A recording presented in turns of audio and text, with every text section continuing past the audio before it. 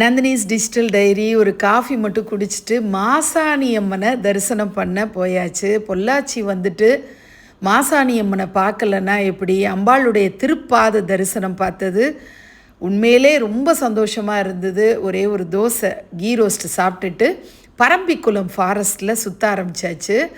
இந்த ஃபாரஸ்ட்டு போகணுன்னா 2 check post இருக்குது. ஒன்று நம்முடைய தமிழ்நாட்டு பகுதியில் ஒரு செக் போஸ்ட்டும் கேரள பகுதியில் ஒரு செக் போஸ்ட்டும் இருக்கும்.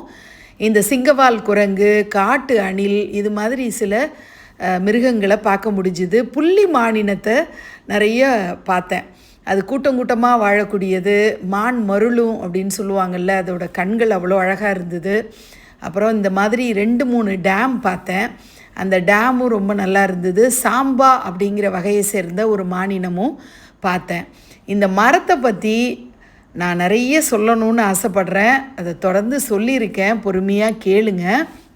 இந்த மரம் வந்து பரம்பிக்குளம் ஃபாரஸ்ட்டோட மெயினான ஒரு அட்ராக்ஷன். இந்த மரத்தை சுற்றி சுற்றி வளைச்சி வந்து வீடியோ எடுத்தேன். எனக்கு ரொம்ப பிடிச்சிருந்தது. இந்த மரத்தை அப்படியே அள்ளி அணைச்சிக்கணும், அப்படியே கட்டிக்கணும்னு தோணுச்சு. பரம்பிக்குளம் ஃபாரஸ்ட்டில் ஒரு பெரிய லெஜெண்ட் தான் இந்த டீக்கு. இந்த தேக்கு மரம் 500 வருஷத்துக்கு மேலே பழமையானது அப்படிங்கிறாங்க. மகா விருக்ஷ புரஸ்கார் அப்படிங்கிற அவார்டு கிடச்சிருக்கு இந்த மரத்துக்கு. எத்தனை ஆயிரக்கணக்கான லட்சக்கணக்கான மக்களை இந்த மரம் பார்த்துருக்கு. எனக்கு அப்படியே ஹக் பண்ணிக்கணும் போல இருந்தது. எனக்கு தெரிஞ்சு, அதாவது இங்கே சொல்கிறதும் அதுதான், லிவிங் க்ரீச்சரில் 500 வருஷத்துக்கு மேலே பழமையாக ஒன்று இருக்குது அப்படின்னா இந்த மரம் அப்படின்னு சொல்லலான்றாங்க. பரம்பிக்குளத்தோட ரொம்ப ஸ்பெஷலான ஒரு பிளேஸ். நான் ட்ராவல் பண்ண வேனில் இந்த தட்டானும் என் சீட் பக்கத்துலேயே அந்த ஜன்னலோரமாக ட்ராவல் பண்ணிகிட்டே வந்தது. மழை மேகமூட்டமாக இருந்தது. நம்ம காட்டு பாதையில் போகும்போது நிறைய நேரங்களில் திடீர்னு மழை வரும்.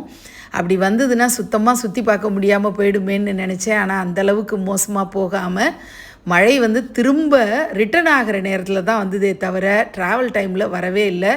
அழகாக இந்த டேமை ரசித்தேன். பரம்பிக்குளம் டேமாக இருக்கட்டும், இன்னொரு டேமும் பார்த்தோம். இந்த மாதிரி 5 வியூ பாயிண்ட்டு வந்து நாங்கள் ரசித்தோம்.